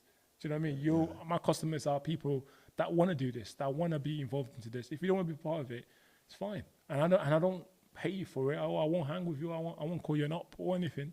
Because we're still brethren. But it's like, when it comes to NLB, you're not that person for it, if that makes sense. So I'm not thinking about, let me create this video, let me create this event for you. Let me create this event for them that are coming. Do you know what I mean? So, That's really brilliant, On NLB, obviously, you've said you like to inspire people, and it's like really brings people together. I want to know, what keeps you going in there? Because sometimes your NLBs are early in the mornings, cold nights. It's cold in this country, and late nights. Like, what keeps you motivated? Because on my personal experience, some days a lot's going on, as you said, in your own life, and you think, I can just focus on myself. But when you're with NLB, people are coming for you. When you're doing your boxing, people are coming for you. Like, how do you keep yourself motivated and the energy keep going? It goes back to what I said earlier, man. My mum. Okay. And sometimes I wake up, people don't know this, but working two jobs in one day to pay for stuff, you're seeing this, you're like, man, I must be great. I must do something. And a lot of times then I don't want to do it, because like I said, I still battle with mental health now. Do you know what I mean? So still go through tough times, still go through it's probably best that I didn't do NLB, because I probably have the money, but you're thinking this is actually far greater than just me. So, but if this works, it could change our whole lives. It could change my mum's life. Do you know what I mean? I talk about retiring my mum. You get to that dream, and also you don't just retire your mum, but you change people's lives. You change how they think about themselves. The people that are feeling that dislike themselves, they start loving themselves. They start changing how they think. You're not just, obviously we all want money, don't get me wrong, but you're being so impactful to their lives, where they're like, even if they end up hating you in the future, you played a part today. They know you played a part. Do you know what I mean? So that's how it keeps me going. I feel like this is bigger than me now. This is not long about Chadz. That's why I think I made the April Fool's joke that NLB is cancelled. Yeah, I saw that. People reading the comments. Realistic. I got calls from people. I was like, Chadz, what are you going through, bro? Like, what can I do to help? How do I keep NLB on? And I was just like, this is crazy, but I was just joking around, obviously. But NLB to the world. Listen, we got to go in mind, and that is to the world. So that's what keeps me going, man. My mum wanted to make her happy, wanted to retire her. That's something I'm always going to aspire to do, even no matter which way it comes. I want to look to do it the right way to retire her, and also the people, I really like that. I really like that. It goes back to your mum. I always say that, obviously. Well, I said it again, first generation from Africa. I don't think people understand the depths of like parents moving from a country they've known where all their friends and family are from to move their kids to a different country to try and make an opportunity for them. People have zero idea. I don't even have an idea, to be honest, because I remember watching Francis Ngannou talk about him, how he got to France and to go to UFC. And I heard that story. And I was like, my mum probably went something similar to get to this country. But she never talks about it. No. She never cries about it. She's like, we got work to do. So you're looking at her, this strong woman that's managed to raise all of us and change our lives, and she never talk about it. She's just like, It's insane. It's just yeah, normal. Do you know you what I mean? moved to Derby, but your mum moved from a whole continent yeah, exactly. where civil war, where poverty, where all these things that in UK we're so grateful to have now. Even our worst days is someone in Congo's best day. Honestly, yeah. Do you know what I mean? With the way they live and stuff like that. So it's like when your mum could do something like that and change your life, all you want to do is give that back to her. But the money will never be enough, if that makes sense. Because your life has changed. Honestly. So how are you going to pay her back? How much that's going to cost? What, 5 million, 10 million? You give her 10 million. That's still... the sacrifice you made. Sacrifice is made. You can never... There's not a price tag into it. Do you know what I mean? There's not. So that's what is my biggest drive. And the fact that she managed to do it without my dad, that's even bigger drive. That's really massive. Yeah, because it's like, well. 6 of us. And she's tried to be every place and everywhere. And just like, yo, how can I be there? How can I help you guys? How can I do this? How can I do that? Okay, money, we need this. We need to get this. She's always on a goal, trying to make things happen. So it's really good, when you see that as from a young child at 12, you're looking at it like, I want to be special, man. I don't want to just go by or just be a regular person. Do you know what I mean? I want to be a big person. I want to make things happen. I want to be involved into big things, change my mom's life, change the people around me's life, and also to change people's lives. Because I feel like I've always loved people, man. Yeah, I've always tried to help people. So everything I try to do is like, even now, like people go through stuff and they'll message me privately and I'll take the time. They're not paying me. Yeah. They're not paying me. Some of them are not my friends like that, but they'll reach out to me and say, oh, Chadz, I feel like you can understand. Come on, give me a call. I'll be there for you. And I'll talk to you. I'll try to help you wherever way I can. And that's because I just love it. So it's really good, yeah. That's really nice. I like that. Yeah, I think the mother thing's good. Especially, I always say, since they moved here, you've got different opportunities and a better opportunity to make it than they did because they sacrificed everything to be here. So you've got to put in the effort. All you have to do is put in a bit of effort here. I think, especially in a country like this, to be able to do it. Because where they were living, it's not where we're living. That's what I was thinking. I was like, we have all the opportunities in the world compared to where they did. Because they're not going to be able to go to school and be able to do this because they can't, because they got to pay for the house, school, look after us and stuff like that. So, but now you're here, they basically invested into you to become successful for you, but to look after them. Yeah. So that's my obligation. You know what I mean? That's one thing that I said to myself. And even when I felt down, even when I felt suicidal, my mom's the one that kept me here. She didn't even know it. She doesn't know it. Do you know what I mean? She doesn't know it. Because I would have done it when I was 16. But I felt like if I were to do it, I would hurt her more than she already hurt. Yeah. And I need to pay her back for what she's doing for us. So what have you done? You just took your life away when you know your mom's going to be suffering from your dad's situation, and you know you still haven't given her what you owe her, which is retirement, a good life, because they do double shifts, triple shifts sometimes to get money to feed you, to look after you, to make sure that you have the finer things in life. It may not be, Prada glasses. It may not be that, because to you it's not important. To them it's not important. To them, what's the most important thing is looking after you, paying for the bill. Make sure that you don't worry about living outside, having the water, the gas bill paid for. All these things are a lot more important. Eating, looking, like being alive. Yeah. And everything else that comes with that, the priorities. If that's what you're into, you get it. I mean, because they're giving the opportunity, but. Which is really good, I remember when we were younger, when we first moved to like Fishman, my mum, when we got older, she told me, she said she only had £5 in the account. Yeah. And she bought a bag of rice and tomatoes. Yeah. And then that was it. Yeah. But growing up, I thought, everything was fine. Yeah. Obviously, you don't need it, but of course. This was a sacrifice, she said.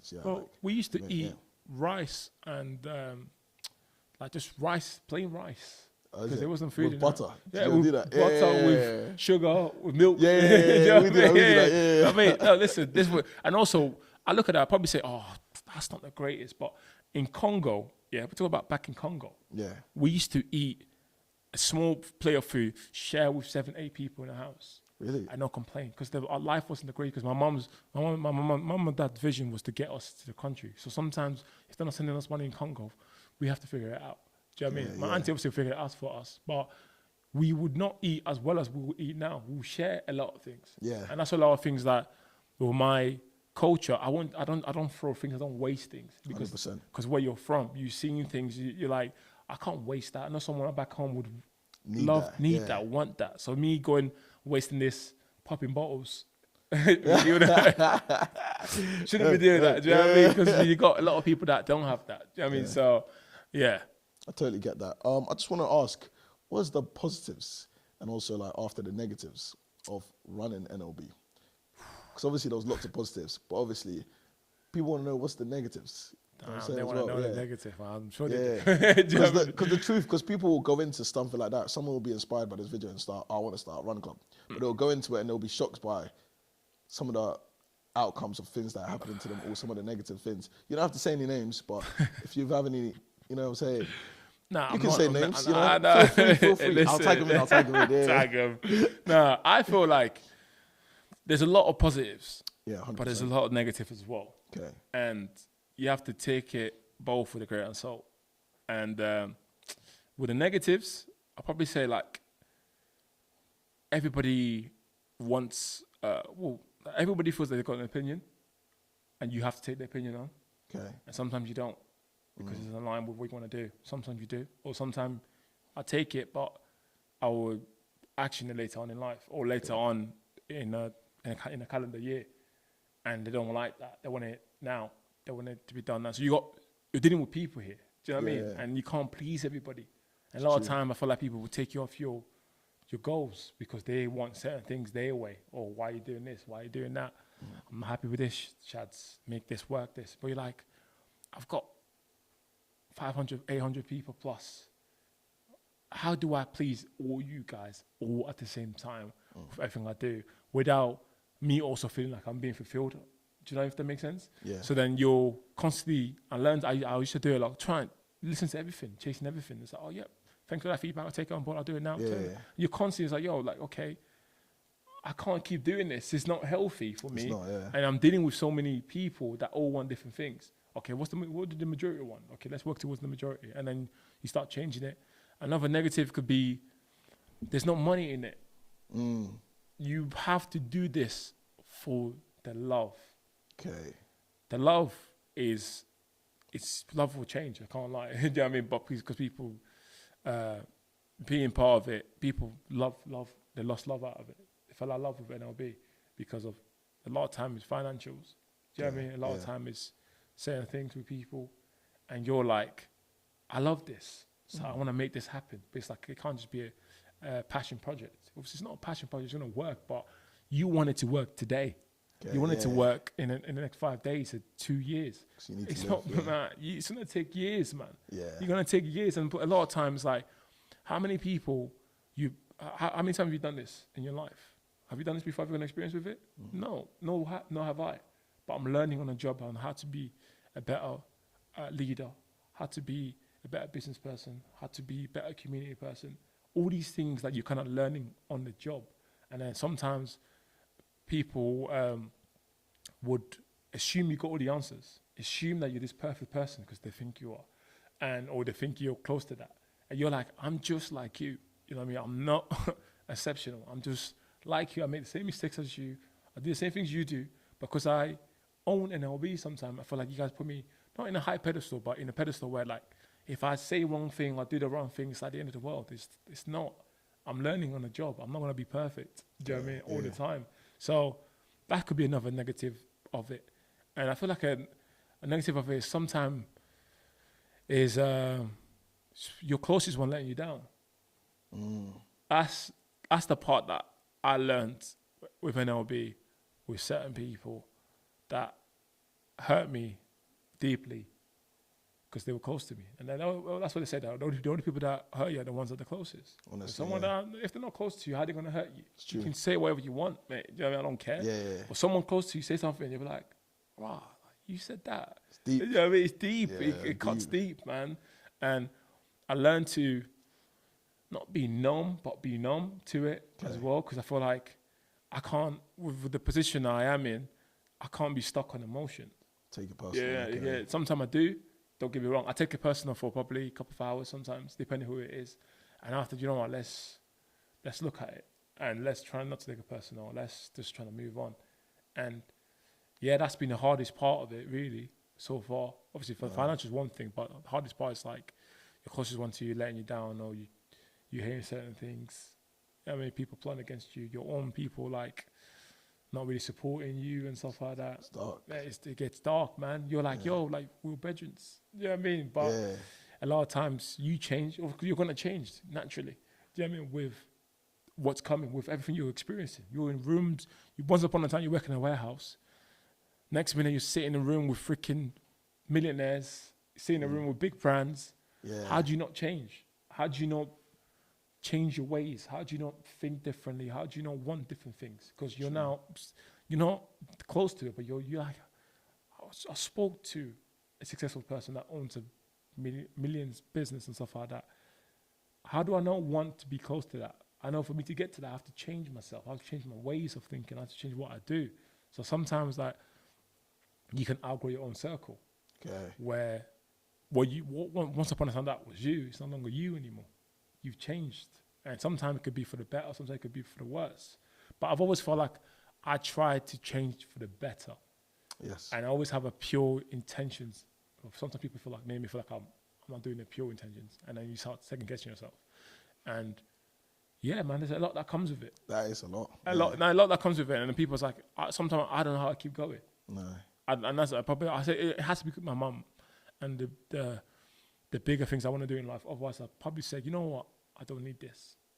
Because if you talk about motion, I had motion before NLB. I had motion when I was boxing. I was already, you did, you were big. Yeah, do you know what I mean? I was already, do you know what I mean? So what, talking about people, popularity, like, it doesn't equate to money. Do you know what I mean? It's not changed my way of living. And probably no more people today than I did yesterday. But who cares? You know what I mean? I'm still the same guy. I'm still bantery, jokey. I'm normal. Yeah. But sometimes that can just bring a lot of stuff where you're like, I don't actually need this. People just think you're doing it for certain things or money, blah, blah, blah. But it's like, yo, if I wanted money, you think I'll not do other things that will actually make me money straight away? Or is more money driven? When you're like, yo, this is not just about money. This is bigger than that. This is change people's lives. People losing weight. People not committing suicide. People using it as a mental health thing. So you can't look at that and be like, oh, it's just money. It's just, you know what I mean? Or Chad's being greedy. So how? When we've changed so many people's lives. Constantly, daily, with different people. Read the testimonies, man. It's crazy. People want, I know a lady who wants to live Milton Keynes because of NLB, she chose to stay. Wow. That's one story. Yeah. Imagine how many more great stories. People that came to lived in Milton Keynes for years, had no friends like that. And now they got a bunch of group of people that they actually call, not just NLB friends, but friends that they hang with, been on holiday with and stuff like that. Wow. This is just bigger than just money, man. I feel like we're making an impact. And that's what I always chase. I chase an impact twice on Sunday, man. Because it's like, God willing, we'll make money one day, but we're changing people's lives, changing ways of Milton Keynes, the way people think. And that's to me is far greater. That is brilliant, yeah. I want to ask you about the hours, because obviously you used to work in a corporate job, so that's 9 to 5, 8 to 4. But with NLB and all the boxing and all the other stuff you do, what type of hours is it? Because people don't see the hours you put in. Because I know it's AMs, you're sleeping at 2 AMs, because you've got meetings, like you're on a tight schedule when you're doing the boxing. I know like everything's booked in. Even getting here today, I'm grateful. But I know everything's a time schedule, because you have to be, it's not a corporate job, you know you're getting paid monthly, you've got stuff to do. But this one, you have to work. Listen, there's no sick days, mate. You're not getting that pay. There's no sick days, there's no family holidays, especially on a come up. You know, that's something that I probably, not to go into on here, but something that I probably done quite bad on, even with my relationships. You know what I mean? With my partner. You know what I mean? Where, and I'll be in the forefront of everything. Do you know what I mean? Where you're constantly working. There's no switch off button. You're working 24/7. Your brain doesn't sleep because you're thinking about ideas, response. Let me get exposed. Let me do that. So your brain's constantly working. A lot of time it's like, Chadz, you're not emotionally there. Chadz, you're not present with certain things. You're not social with other people because you're just work mode constantly. But you know this dream of yours is far greater than just like a lot of things. So you're constantly working. Man, my hours, good question, man. My hours is, mate, probably sleep for 4 hours, wake up, and I'll be first thing, 4 or 5 hours a day. What? Yeah. Because the thing is, you have to think about it, yeah? So I left my job last year to pursue NLB and boxing career. But that means I'm making no money. Do you know what I mean? Yeah. So, of course, it means... So it means, how do you make money? How are you able to pay for these bills in your house and the car and stuff? True. When it comes to the boxing training. Okay, boxing training, but you still got NLB, you still got your own personal boxing. Okay. So how do you make money? You create content, do PTs with people, be on emails, face-to-face meetings, plan the run clubs, plan the next events, hikes, socials, fitness events, be in the meetings with people, talking about events people want to collab with you, opportunities, sponsorships. I'm just giving you the list that's coming in my head. There's probably far more, but it's like you're gonna have to try to make it happen. I get that. That makes sense. Yeah. But I feel like people will not see it or appreciate it unless they're wearing my shoes. 100%. They will never understand it unless you've done it. You can, if you wear my shoes for one day, and people say, "Oh, Chadz, I can take over NLB." I said, "Try." You don't know the sacrifices. You don't know. You don't know what I have to do. And most people that are doing it are probably the same, or even worse in a sense, in terms of what they're doing to grow their community or to grow their business. It's like this. But like, you read a successful person's story. It's similar. It's similar. I lived in my car to this time. I'll stay on the floor to make this happen. I used to, you know what I mean? I lost a partner. I done all these things. It's all similar because you have to be so delusional and be ready to sacrifice everything, sometimes including your life, for it. Yeah, it's true. It's 100%. And most people are not willing to do that, but everybody wants the success, though. Yeah. Everybody wants a taste of it. Yeah. Everybody loves and want to be part of NLB when numbers are high. People are coming out. It's buzzing. It's vibrant. NLB's the talk of the town. Oh, cool community. I want to be part of it. Everybody wants to be part of it. Messages constantly from people. Chadz, how do I get involved now? Chadz, get me in the team, blah, blah, blah. Best believe when the numbers are dropped to 20, 30, 10. Are you going to be there? Oh, Chadz, I can't be asked today. I'm not coming today. And that's what I had to deal with for 2 years. Wow. With people. Do you know what I mean? When things are not great and they're not the hype anymore. But I'm like, you can't just be part of this because it's the hype. It's the talk of the town. I said it from the beginning. And NLB is not just, we're not doing this for viral. We're not doing this for the trend. This is a lifestyle we're trying to build. We want to keep inspiring people, not to just show up when it's summer or when it's hotter and stuff like that.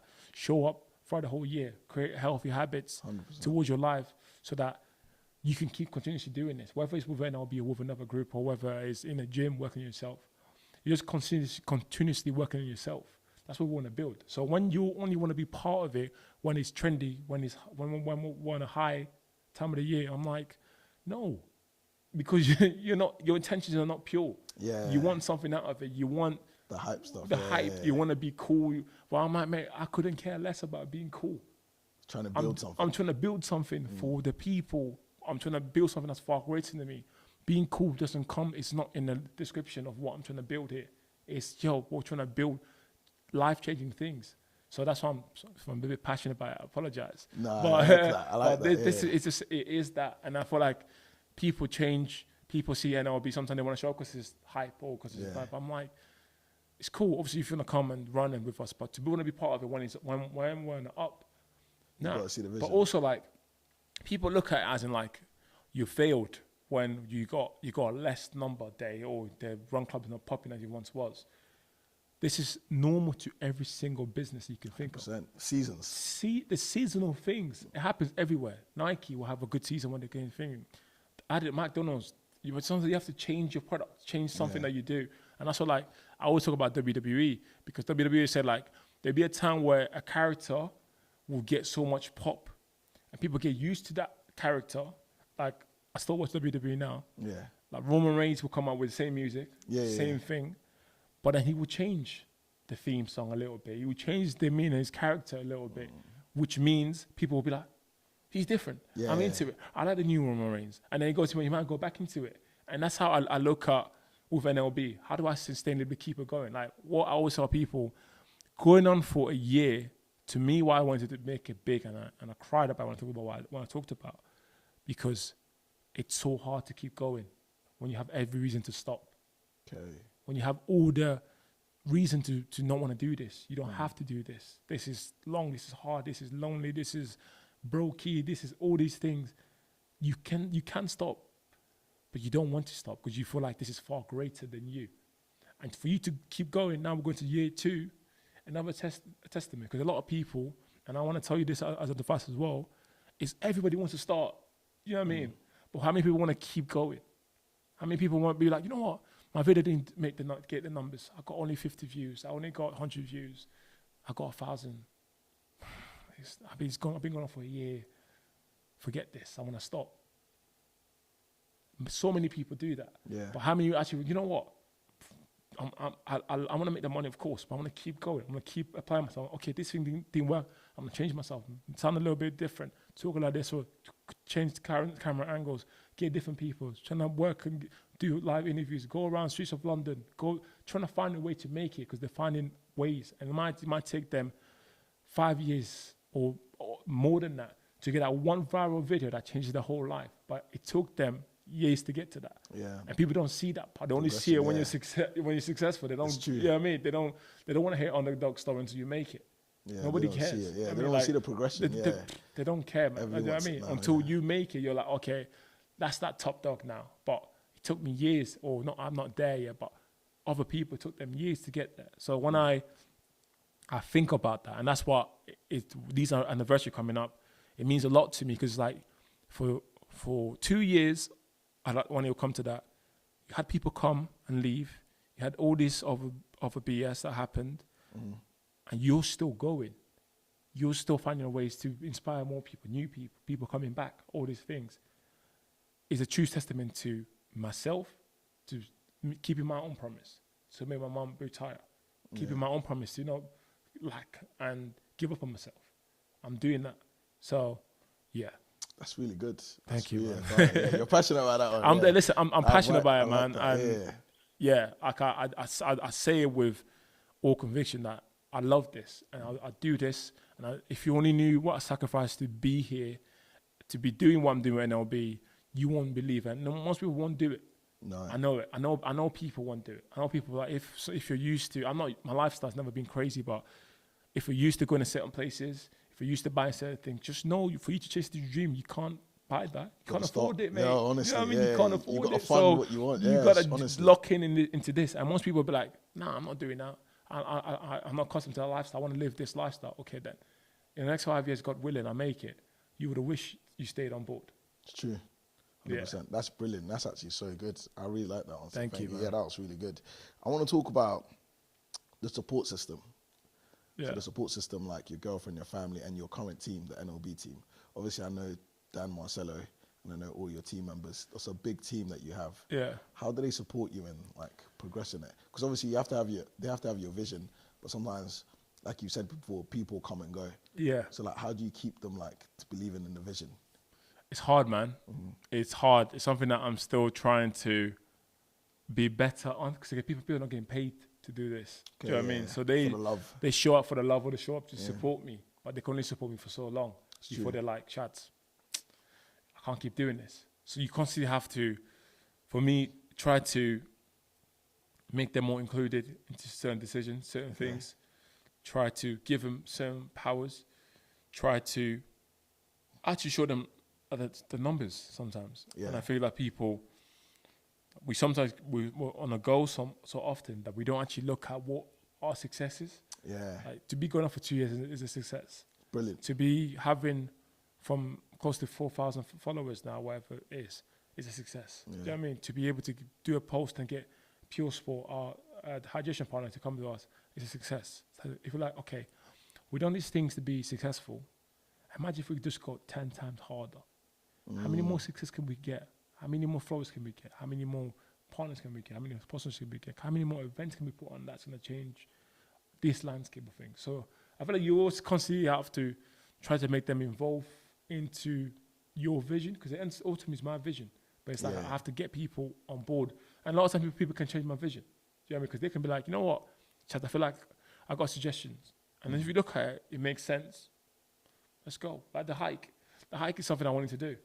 But Flo, a woman from a community member of NLB, messaged and she wanted to do a hike somewhere. I can't remember. Seven Sisters. Oh yeah. She posted it. She posted it, and everybody wanted to go. She's like, Chad, this is too many people. I need NLB to get involved. Okay, Flo, don't take a backseat. Come with us. Let's make this happen. Flo jumped on board, got the hike happen. Seven Sisters, 70 people turned up. That's good. Teach her a lot. Do you know what I mean? 70 people again. We've done another hike the other day. Do you know what I mean? So it's like all these things, like it wasn't really part of the vision straight away, you could say. I probably had the hikes in mind to do, but it wasn't my priority to do. But someone like Flo changed my mindset or give me an idea that I wasn't really thinking about. But you know what? Let's roll with it. Let's bring in NLB boxing, NLB hike. Now we got NLB boxing, NLB fitness. And we start doing fitness sessions. So it's like allowing also people to see that growth into what you're doing. It's like, yo, if I don't like this, or if I don't align with this, I can get into something else. So yeah, but my sister, support system's been massive. Especially someone like Annalise, who's my girlfriend. Okay, yeah. Believing in me, she's putting up pressure on me in terms of like providing like that, in terms of like going on restaurants, going on nice holidays. She kind of accepted that just for me to be the best version of myself for NLB. And that's exactly what people don't see. You know what I mean? They don't see that she takes a back burner a lot because I have to do a lot to become this person that everybody loves and admires and stuff like that. Wow. But it's all because of she wanted to take a back step and be like, yo, Chadz, I believe in your vision. I believe in your dreams. Let's make it happen. The life she don't really want a crazy life, but you looking after me can come later. Yeah. And that's powerful. That's why really I feel like, God willing, we stay together to the end of time. Yeah. She deserves the world. Yeah. Do you know what I mean? God willing, I make it as well because someone like her always stayed besides me when things are good, things are bad, things are amazing, things are not. It didn't matter because she just wanted me to see me win. I go to a boxing fight. It's like when you win, change room is filled with messages, packed with messages. Yeah. Chadz, you're amazing, You're going to be a pro boxer, you're going to kill it, you're going to be AJ, blah, blah, blah. You lose crickets, everyone's gone. Yeah. Everyone's like, silence. Yeah, silent, man. You're just there alone. And that's one thing about boxing taught me. You're alone and you just have to be, and the ones that are there are the ones that are genuinely your people. Because they don't care if you win and lose. My girlfriend never looked at me differently when I won a fight or I lost a fight. A lot of times when I lost a fight, she'd be like, Chadz, that's your fault. You didn't train hard enough. You didn't do this, you didn't do that. Because she was fully transparent. Yeah, that's real. When I won a fight, she'd be like, don't get up, don't get too gassed on yourself. You got to run tomorrow.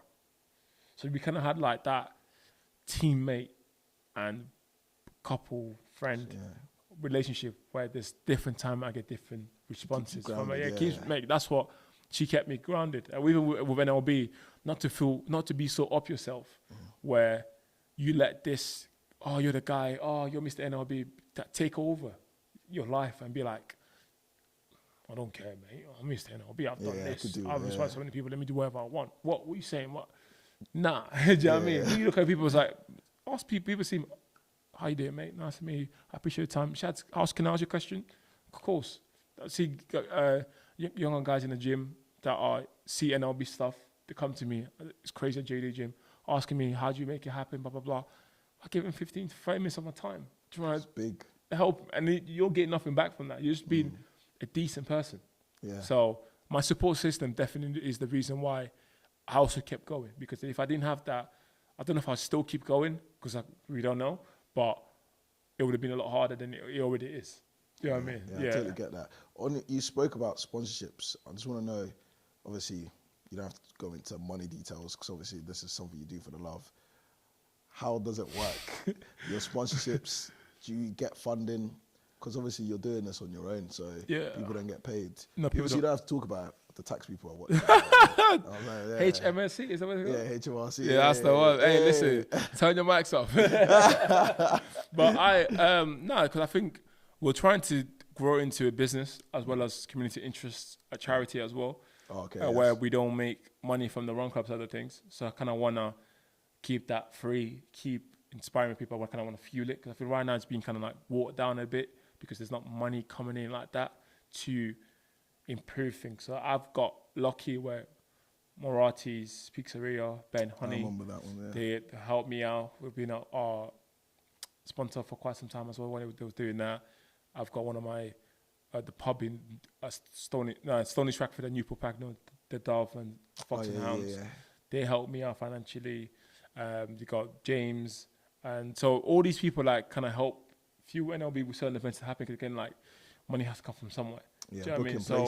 places, So so a lot of people made things happen, but obviously we are looking to apply for funding where we can to help fuel people, to help fuel what we do and change, because I feel like we change people's life with not really real money backing behind us. It's just been through love and passion towards it. But imagine if there was money put behind it. The machines of that, people will hear about us more. We can do better things. We have better events. We can do all these things better. So that's the current situation for that. But I'm hoping, God willing, to make it to a full-on business where we're still doing our community bit and helping the community. Anything that we make, we put it back into the community to make the events better, to do more free events, to do more collab with ASICs and Hawkers, and bring better brands to come down, give freebies, giveaways and stuff like that. Yeah. That's what I want, because I feel Seen like that in America. Yeah, of course, that's good man. stuff. I mean, that's what Is would it be easy good. to talk to these like It's not companies easy and at all. sponsors? It's not easy. Because I've emailed or DM'd some of them. Yeah, So- it's not easy, man. You have to find. It's always important. I always say it's always who you know. Yeah. That's the game, and a lot of times you have to take yourself out of your comfort zone, which is Milton Keynes, and go to where these people are. I met Everlast guy when I went to Matchroom Run. We done a Matchroom Run together with Matchroom. Oh yeah. And I saw a load of people wearing Everlast top. I was like, Everlast has to be here somewhere. So I just went around, let me talk to people. And not even thinking about I want to meet Everlast guys. I'm trying to talk to people. Oh, what'd you do? I work for Everlast. Oh, what position? I'm in marketing. But do you know what I mean? Take the details of that, and then give you details. It's a lot easier way than me having to send an email, because you can only imagine how many emails and messages they get from people. So it's like, how do I pick the right one? Yeah. You don't. Sometimes you either can post a content that really grabs them, or you grow your community, which is numbers, that really grabs them for them to want to be involved, or you go trying to find them. You're trying to put yourself out there to meet them. You know, listen, sometimes they just like your story. They'll lean onto you. Like, people buy from people. So if they like you, they're going to buy into you. That's a lot of times, like in sales, we will say that the first couple of seconds is when the customer's going to decide whether they're going to go ahead with it or not. It's true. And if they don't like you because of your voice or because of how you sound, how push you are, put it on that. Yeah. If they like keeping you a little bit longer, start chatting. And then sometimes you give them a little bit higher price than somebody else would, but they like you. Yeah. Yeah, that's all right. That's all right. I was going to like ask, what's it called? Would you have done anything different if you had to start NLB again today? No. No. Oh, no. You like the experience? I like everything, man. Everything. Yeah, even the ones that I regret. Sorry, I don't regret nothing. Even the ones that I feel like, do you know what I mean? That was a really bad decision. Do you know what I mean? But I would do it because I feel like it's got me to where I am now. And if I just got there by, for example, if I were to go back in time and change things and make things better, I feel like it's robbed me of that experience, because I never actually got to experience. I don't know how it feels to lose or to be hit with a pie in the face, to be failed. Do you know what I mean? Like, I don't know how you learn along the journey. I feel like that's something that I never want to change or regret, that learning experience, that actually going through it. Because I feel like even when I made some financial bad decisions, someone probably told you not to do it. But you're like, you know what, I'm going to do it. And you do it, and that's how you learn from it. You're like, you know what, I'll never do that again. But he's like, I'm glad you said that, because now you've actually done it. So that's what, like, we can all read a book, watch a podcast, listen to movies and stuff like that, stories of people, successful people. I can actually still make the same mistake they made. Yeah. It makes it a little bit easier, because you could be, I read a book, the guy said not to do that, so I might not do that. But you will still probably make that mistake again somehow. Do you know what I mean? Do you know what I mean? But it's like, you know what I mean? It's like, that's how you can learn from it. So that's why I don't regret nothing. That's really good. Yeah. This leads on to another question. If someone was to offer you some millions, because obviously NLB's to the world. Show me the money. How much? Will you be selling it? Do you think someone offered you, because obviously you can always start again, but it just won't be on the NLB if you're signed up. Yeah. Would you be able to sell it? No. Fully passionate about it? No. I think it's... No price? No price right now. There's a price on everything. Yeah, there's a price for everything. There's a price for everything. But I feel like if they offer me money, I have to look at like who's gonna get it. Do you know what I mean? Like how they'll do it, because I love it. Do you know what I mean? So my passion sometimes shows with what I do. Like, bear in mind, I've been there for 2 years, but not getting money from it, losing money. So obviously, whoever's in the back is gonna have a lot of money. But it's like, how they're gonna do it. Do you know what I mean? Something that you need to look. How do you not represent it? Like, because it can't be given by anybody. But most, I would always like to be involved, because that's like my first baby. You know what I mean? First born. You know what I mean? So because I can't let it go fully, but I also want to be involved in it. That's what I would probably say to that. Okay, that's really good. On the next thing, you've got a documentary coming out soon in May.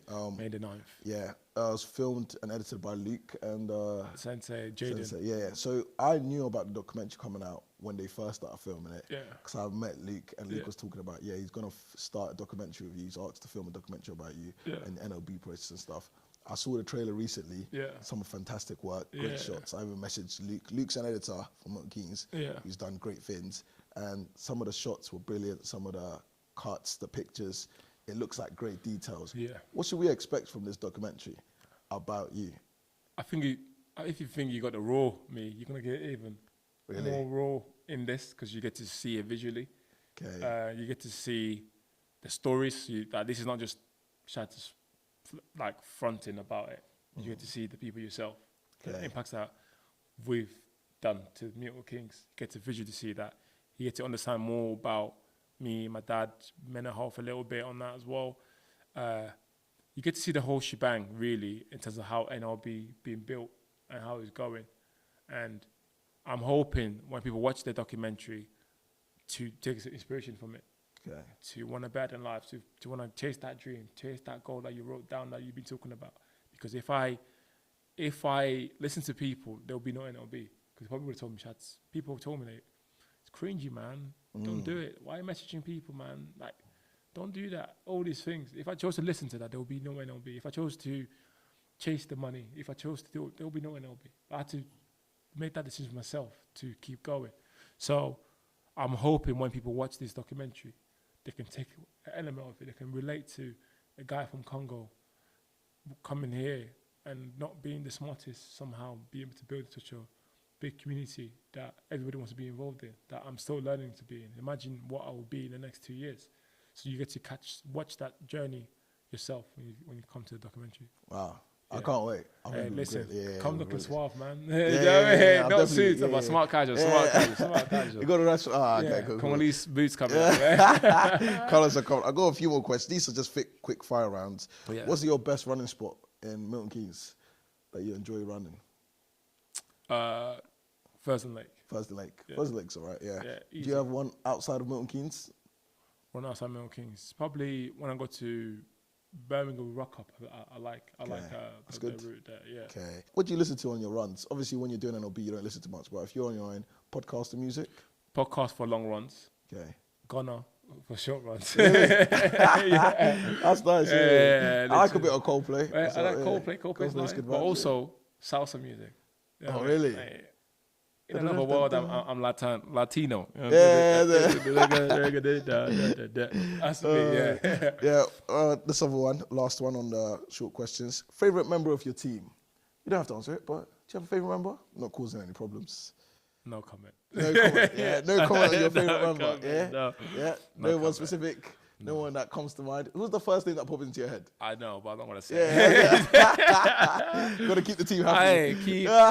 Listen, you're all my favorites. The whole NLB community is my favorites. How about that? Tell me off camera. I will, don't you worry, man.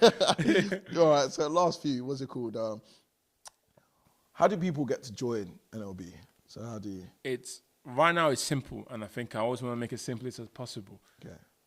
Look at our Instagram page, TikTok page, our LinkedIn page, Facebook page, our locations on Saturdays, different locations every single Saturday. Okay. To join NLB, you don't need to sign up, you don't need to bring anything, you don't need to have any requirements, any boots, any shoes.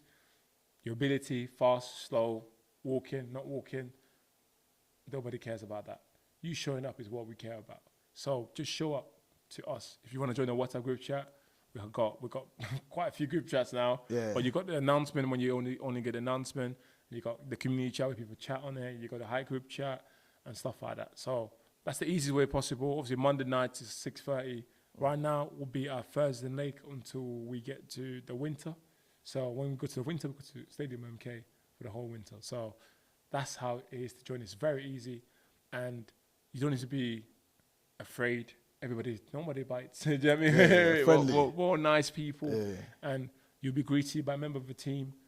Not even a member of the team. You'll be greeted by a community. Turn up, hi, nice to meet you. What's your name? Blah blah blah. So, yeah, That's brilliant. Last question. Well, last few. What's next for you and NLB? the world, man. The world. What does Scarface say? I want the world, Chico. NLB, yeah. That's what's next. Really is really making NLB. One of my friends told me this, who's a successful man. Said make it apparel, and that's what I want to make the brand. Not just the Run Club, not just the NLB, like phone case, water bottles. Everywhere you go, you want to see NLB. I want to make it apparel, man. Nobody. Yeah, listen. You look at that, you be like, you know what? I won't leave anybody behind today. That's really good. I like that. And I know you bring that to your team. Yeah. Yeah. Is there anything you would like to promote whilst you're here? Nothing to promote really apart from the documentary. And if you're watching this, just know the 30th of May is going to be a massive, massive run. I want to see you there. And lastly, I just hope you take this podcast, support my man Jesse here. I want to do something great and get behind it. Really, not just share it because that's your friend. Watch it, take some inspiration from it, and keep supporting because he's on a come up right now. And him spending time investing into this. And pray for you, man. Honestly, I hope it all works out for you. And that's all I'll give time to a lot of people. But when you message me, I was like, you know what? I messaged you. I was like, I liked what you're doing. I want to support any way I can. So for you to give me the platform to express about NLB, it means a lot to me. And I just hope you keep going, man. That's my advice to you, man. Things are going to be nice. Things are not going to be nice. It's going to be raining. It's going to be snowy. Season's going to change, man. There's going to be bumpy roads. But the one thing I want you to remember for me, for anyone that you have on here, sitting down in this chair, is to keep going. Thank you. That's good advice. Yeah. I got this one thing. I want to thank you for coming on as my first ever guest. It's been inspiring to speak to somebody like you. I've learned a lot. I'm going to take this on board into my own life. But you're a great person. Sorry for the stuff you've gone through in life, but you are a great person. NLB to the world. I think you'll be successful. The way you've put in the hours and the years to be able to get this, I'm really grateful. And I'll thank you for the time you've taken out to come here. I understand time is very valuable, but for you to do this for me, £40 an hour. I'm truly grateful. Hey. So I thank you a lot. Anytime, thank you to everybody. Man. Anytime. Everybody go and subscribe, follow NLB, go and follow Chad. Thank you everybody for watching. Subscribe to the channel, like it. There'll be more to come on, but thank you, Chadrack, for coming on. I really do appreciate this. This is big for me. So thank you all. Right. Hope you all enjoyed that. Hope you all gained some information. Hope you all learned something new. And I'll see you all in the next episode. Thank you. Love.